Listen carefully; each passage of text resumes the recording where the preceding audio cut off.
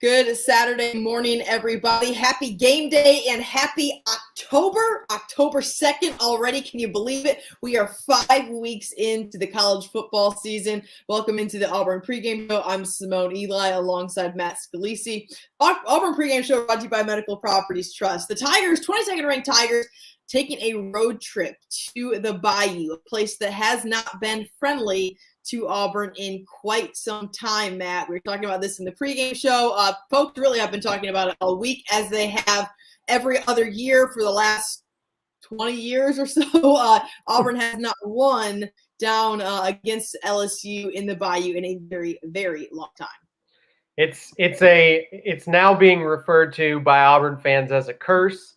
They have gotten to the superstitious level about it, and I totally get it. I understand. Anything goes that long without going your way a few times in sports, it almost seems supernatural. It seems like something should have broken Auburn's way by now. As good as Auburn has been in so many of these years, as down as LSU has been at times, but it's just never worked out. And we even saw pretty recently Auburn get really close to breaking this streak, getting a 20-0 lead at halftime.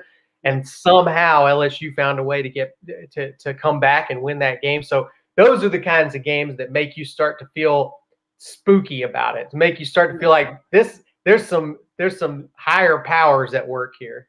Yeah, and it's going to be spooky, y'all. First of all, it's October. Second of all, it's LSU at night, and there is just something spooky about that. I've been to these LSU night games before for Auburn a couple of years. Of course, they've been losses in both games that I've gone to, and there is just something about LSU at night. It doesn't matter that they're unranked. It just doesn't. They are tough to play. I mean, LSU actually the favorite in this game by 3 points right now, according to Vegas, regardless of Auburn being ranked 22nd in the country. And there are so many things that we have to get to today. Not the losing streak. Let's put that aside for a second. But let's talk about Bryan Harsin and some big changes that have come to the Plains in the last week. I think it's safe to say that when we did the Auburn pregame show last week going into Georgia State, not many of us would have predicted what has happened 7 days later, or really what had happened just throughout this entire week when it comes to the change that the wide receiver coach, when it comes to Cornelius Williams being out, the change at quarterback, what all of that looks like moving forward. The quarterback is the hot topic, but let's start with Harsin firing his wide receiver coach, Cornelius Williams, Matt. This came as a huge surprise to me, at least, when I saw this news on Sunday. Yeah, a shocking thing to see 4 games into the season. I don't think anything that happened last Saturday was what we were expecting. We came in here to the postgame show after that game, and, I think you and I expected ho-hum, not going to be too many people interested in talking after this game. Between Auburn and Georgia State. People had a lot of opinions after that game, and for good reasons. It was a game that I think, firstly, brought back a lot of bad memories for Auburn fans who were hoping that this year would be a change from what they've seen in recent years. Suddenly they're saying, here we are again, struggling to put away a team that we're way, way more talented than. And I think the difference last Saturday was that the coach dealt with things very differently than they were used to seeing. I think Gus Malzahn was very much a stay the course, don't panic kind of guy for things like that. Bryan Harsin said, that's not how we're going to do things. We're going to make big, immediate changes. We're going to pull the trigger on stuff in the middle of the game if we think that's the right thing to do. And it may not have even been the thing that helped him win that specific game. It was a thing that he felt like it's time for a change that could last us the entire rest of the season, that could affect this program for years to come. And that's a big decision to make. It's not a decision that a lot of coaches are comfortable making anytime, but let alone in the middle of a game. So I think it kind of immediately showed us the difference between the personalities of Auburn's previous head coach and the one they've got now. Yes, no, I totally agree. I think it showed some guts in a sense when it comes to making the change at quarterback. When it comes to making the change at wide receiver coach, it's slightly rubbed me the wrong way. And, Mr. Evans here has a good point. Harsin showed that he's not playing around. Let's listen in quick on what Brian Harsin had to say about firing Cornelius Williams as the Auburn receiver coach and bringing in one of his guys from Boise who was serving as the senior analyst on the Plains. We made a change at the wide receiver position, and Cornelius Williams, first of all, he's a good man and did a very good job for us, showed up every day and worked, very professional. And I felt like for us now moving forward in things, not just at the wide receiver position, but for our staff and some of the things that we feel we need to do and I felt we need to do, we made a change. And so I appreciate everything that he did for us while he was here. So, listen, I don't make millions of dollars to coach football. I feel like I say that every single week, but I don't. Harsin does. He obviously does things with reason, with purpose, and I think that he is a forward-thinking coach. I think he came into this Auburn job knowing that changes need to be made. But this is a guy that he brought in. It's not like a guy he inherited. This is a guy that he had recruit his team who was familiar with the state of Alabama, and then fired him 4 games into the year when the Tigers are 3-1 on the season with an 8-point loss to the 4th ranked team in the country. I'm not necessarily saying that he panicked, but this did seem like a pretty early decision here, kind of almost a scapegoat type of situation, even though they didn't lose that game to Georgia State, Matt. I think that it's a decision of this size, of this scale, to do something like this, because it is a big deal to fire a position coach in the middle of the season. There's no getting around that. There's no minimizing it. I think even people who like the move will tell you this was not a minor thing that people are blowing up into a big deal. It's a pretty big deal to do that. You've suddenly left a big group of players in your program without the leadership they knew, and they're now having to learn how to work with and work for a new boss, basically. That's a tough thing to ask a bunch of guys to do in the middle of the season. So I think that Brian Harsin, regardless of how this decision works out, I have to think that he knew this is a risky move. This is something that could have negative consequences for my team if it doesn't go the way I hope it goes. So that in and of itself, I think, tells us a little bit about Brian Harsin. The fact that he was willing to take a risk tells us about his mindset, right? I think there's totally valid reasons to view it as both a potentially good thing to do and bad thing to do. Some people really like their head coach taking a risk on the program and taking big swings that maybe we have to pay a price for it, or maybe it works out great. Some people I think would not like that. Some people would say, hey, Auburn's actually kind of not that far away from being competitive with the best teams in the West right now. And maybe this takes us off course from that. Maybe we're blowing things up when things aren't really that bad. So I totally understand either side of that. We don't know how good of a decision it is until we get through the rest of this season and see how it plays out. But either way, I think it's interesting that Harsin is making a move like this that makes it very clear who's responsible for what's happening on this team and who's responsible for the direction of the program. In no way is Brian Harsin going to be able to come back and say, good or bad, not everything was within my control. I did the best I could given the circumstances, but I didn't, not all these decisions. That doesn't fly in the SEC. In the SEC, you are responsible for it. It's your butt as the head coach. For sure. But I still do think there are actually some coaches who kind of have played it that way. I think in some respects, Gus even kind of played it that way a few times. How that worked out. Yeah. So I think Harsin is making it very clear that he's making this program in his image. It looks exactly the way he wants it to look. This isn't Auburn's program that they're letting Brian Harsin make some of the decisions for. This is Brian Harsin's football program, and it's going to look like what he wants it to look like, good or, whether that means success or failure, it's on him.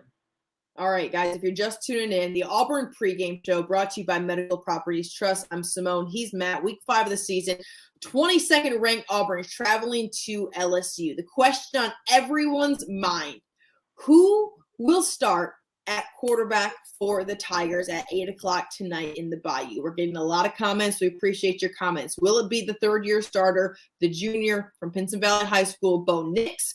Will it be TJ Finley, who just happened to transfer from LSU this offseason, and now they are returning to the Bayou? Matt, I'm putting you on the spot right now. If you're Brian Harsin, who are you starting at 8 o'clock and why? All right, a lot of you I don't think are going to like my answer to this question. Uh-oh.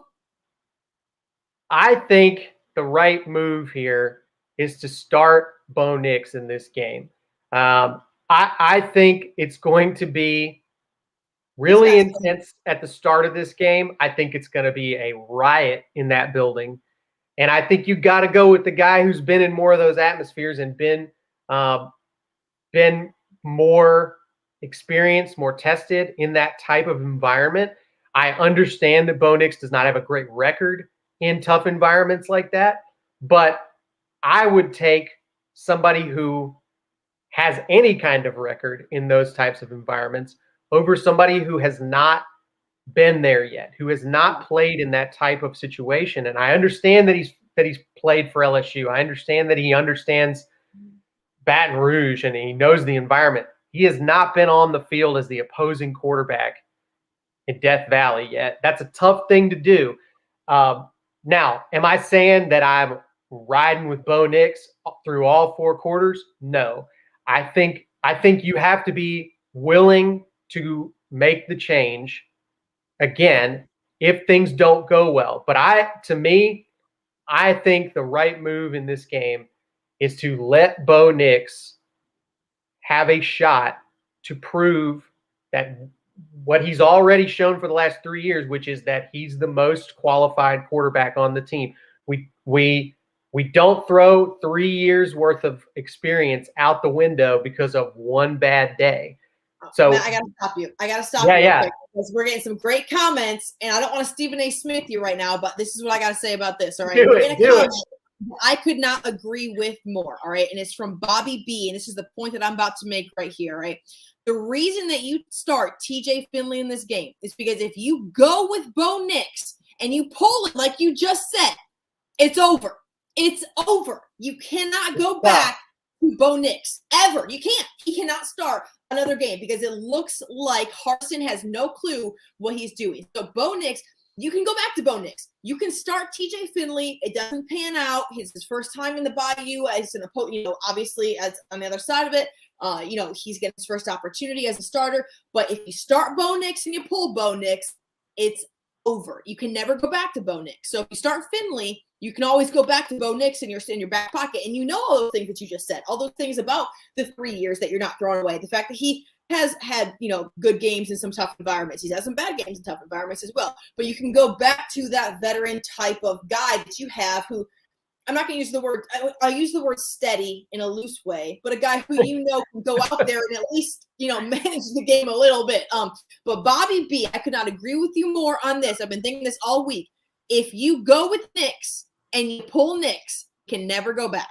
I don't disagree with that. And I do think you have to send him out there knowing this is kind of your last shot, man. Like this, I'm going to give you a chance to win this team back, to win back the job that you sort of lost at the end of the game last week. But we got to have a real short leash. And if things start turning bad here, I'm putting TJ in the game. Now, Simone, you pulled up a commenter to help you make your point. I'm coming back with a commenter to help me make my point here. Amber Gilbert says sometimes being benched does help. So maybe last week was a teaching moment for Bo. I say start Bo and see what he does.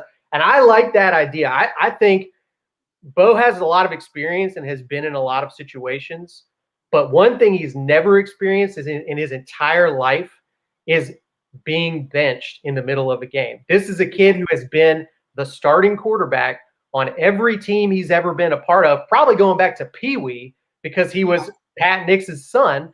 So this is a new experience for him. This is there's not a lot of things that Bo has not experienced yet, but being benched in the middle of the game is one of them. And we don't know how it's going to affect him. Maybe it totally shattered his confidence and he doesn't come back from it. But maybe it changed his perspective a little bit. Maybe it lit a fire in him this week. We did hear from Brian Harsin that he felt like these two guys were very competitive in practice all week. So that's a good sign. I totally agree that if Bo starts to look bad again, he's done. We got to move on from him and just invest in the future with TJ Finley. So what's your measuring stick for bad? He throws a pick, they go down by 2 scores. I think you got to feel it out. I know that's real imprecise, but I think that Brian Harsin knew at a certain point in that game last week. I don't think it came down to one play. I think there was a moment in the game where it became obvious that Bo was not mentally in a place where he could lead that team back and win that game.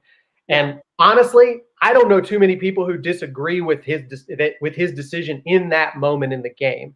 I think even people who are pro Bo Nix and think Bo should start today will tell you in that moment in the Georgia State game last week when Harsin pulled him, it was pretty obvious that Auburn was not going to win that game with Bo Nix in the game. He just wasn't – he didn't trust his O-line. He didn't trust his offense. He was frustrated. Put somebody else in there with a different mentality. So that's, to me, not an issue of physical talent. It's not an issue of understanding the offense. It's an issue of where was his head at? Where were his emotions at during that game? We're a week later. He could be in a totally different place emotionally right now. Yeah. I want to bring up something that I think that folks maybe don't think about because we're not in the locker room day in and day out. I was talking to my husband, who's a high school football coach. I understand high school level, but he understands the in and outs of being in a locker room and guys rallying around guys. Okay, when you have the support of the people in your own locker room, when you've won over your own dudes, there's a lot to that. And I know that it was high emotions and they came back and they beat, Georgia State, on the plains and all that. So it was really exciting, all the things. That said, those players responded to TJ Finley in a way that I felt like they had not responded to Bo Nix throughout the game. There was a lot of this going on when it came to receivers who felt like they were being missed.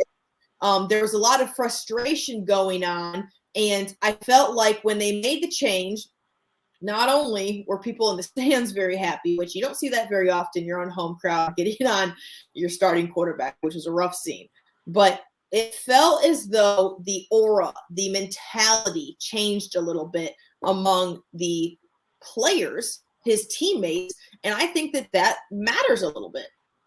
I think it does too, and actually, interesting comment here that I was about to bring up from Jan, who talks about the fact that Bo was 30, 40 yards away from the rest of the team after he got pulled. And I've seen a lot of people point that out. We don't know the full context of those images that we saw, but I mean, I know people who were there who saw it happening during the game. It was not great body language in that moment. I don't think there's any question that was a moment where Bo was not in a good place in terms of how he was reacting to adversity. But look, I'll just say this for Bo Nix, and I think TJ Finley deserves all the credit he gets for what he did at the end of that game last week, and I think he's got a bright future ahead of him. For Bo Nix, I'll say this: I'm a person who has had good days in my life and bad days, and I don't think it's fair to judge any person by how they acted on their worst day. I don't think that you are the sort of bottom level. It defines who you are. I think it says a lot about you for sure. Yeah. I think that the way that you react to a bad situation, to having a bad day, does say a lot about you, but it doesn't represent what you're capable of. on any given day. And it isn't the only thing that should define a player. And I also think people can learn and can get better. And sometimes they can do that quickly if they have one experience that can be transformational to them. I think no matter what happens today, it's going to be a big part of what determines the identity of this entire team moving forward for the rest of the season. Yeah. Well, let's listen in quickly on what Brian Harsin had to say. Now, granted, everyone, this was on Monday. So obviously, I want to put that in context. This was on Monday. I'm sure that there were not any decisions made to this point. They had an entire week of practice leading up to this. But Harsin was asked what the future looks like when it comes to starting the quarterback position if a decision was made. And here's what he had to say. Both those guys, they need to be ready to go. Both those guys get the majority of the reps anyhow throughout the week. They all get different scenarios. We have those guys mixing and matching with the starters throughout practice already. And, we'll go into Tuesday and we'll see how they operate, and we'll see how we're operating as an offense. And really, that position is extremely important, but everybody on the offensive side knows that we need to find ways to put the ball in the end zone. Okay. I think there's something to take from this, okay? He made it very clear on Monday that both guys are getting first-team reps. That right there is a change not in favor of Bo Nix. I'm not going to sit here with a crystal ball and tell you what's going to happen at 8 o'clock tonight, but the fact that they are intermingling both guys and not just saying, all right, Bo had a hiccup, we're going to roll with Bo, he's our guy. This goes to show in that comment that he wanted to test the waters. He wanted to dip his feet in. What does it look like with TJ Finley calling the shots in practice this week? I think that can only be a good thing. I think the right way to move forward here is to say nobody's entitled to their starting job. And I think that having years of experience starting is an asset for Bo Nix, but I don't think it entitles him to start against LSU. I think that's something you have to earn by practicing well all week long, and you have to keep it by playing well in this game and keeping your head in the right place in this game, because you've got a super talented guy with playing experience now right behind you. Those should be things that motivate Bo Nix to play better if indeed he does start this game or play at any point in this game. But I think ultimately it's got to come down to who worked harder this week and earned it in practice. I think both guys have made a case for it. I don't think either of them at this point should be in a place where we say no more of this guy. He doesn't need another shot at it. But I agree. I like Harsin's approach there, because to me, this is a team where nobody should be handed anything. Everything should be new, and people should have to earn their spots out there on this field. It's a new program. It's a new day at Auburn. Well, I think that you just contradicted yourself, okay? Because I think that you can earn your spots, but I don't think that this is a spot that was necessarily earned in practice this week. I think what you just said, and it being a new day, is the mentality that Brian Harsin is going to take. He took it with his wide receiver coach when he canned his behind on Sunday, and I think he's going to take it with his quarterback when he benches Bo Nix, at least for the immediate future, to give TJ Finley a chance, because this is a forward-thinking coach who knows that if he's going to win over this fan base, if he is going to win over the SEC, he's got to do it quickly. This is not a matter of like some sort of big old rebuild situation. This is Auburn. I mean, Auburn gets some of the best recruits in the country. I understand that there's been some downtimes. I understand there's issues on the offensive line. There's places on both sides of the ball. But Harsin knows this needs to happen sooner rather than later. Folks already put him behind the 8 ball, coming from a Power 5 school or from a Group of 5 school to a Power 5 conference in the SEC West. The expectations are very, very high. You want to see it done very, very quickly. And Matt, I think that begins today at 8 o'clock in Auburn's first SEC game of the season. This opportunity is ginormous. We talked about how big the opportunity was at Penn State when it comes to just playing a Power 5 school on the road, a ranked opponent. But it doesn't get any bigger than this. I don't give a dang that LSU is unranked. If you go down in the Bayou and you win for the first time in 20 years, it don't matter who you fired. It don't matter who played quarterback. People are going to start believing in what it is that you're putting out there. Let me just finish with one thing here in terms, because I've seen a lot of people say same old Bo.